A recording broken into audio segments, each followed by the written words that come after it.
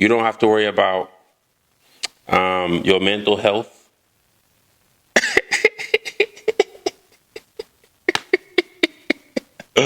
Oh man, yeah.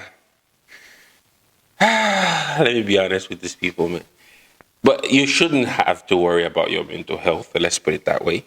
You shouldn't have to worry about your mental health, and you shouldn't have to worry about your life expectancy because of due to infidelity or STDs and things like that. You shouldn't have to worry about like crazy amount of discomfort or